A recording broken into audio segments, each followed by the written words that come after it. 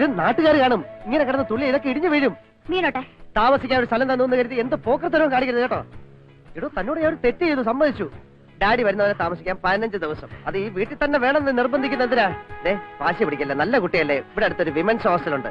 15 ദിവസത്തെ കാര്യമല്ലേ ഉള്ളൂ. നോ, ഡാഡി വരുമ്പോ എനിക്ക് നിങ്ങളെ കയ്യോടെ കാണിച്ചു കൊടുക്കണം. എന്തിന്? എന്തിനെന്നോ? എനിക്ക് എന്തെങ്കിലും സംഭവിച്ച ചൂണ്ടിക്കാണിക്കാൻ. അതിന് ഉത്തരവാദി നിങ്ങളാണെന്ന് പറയാൻ.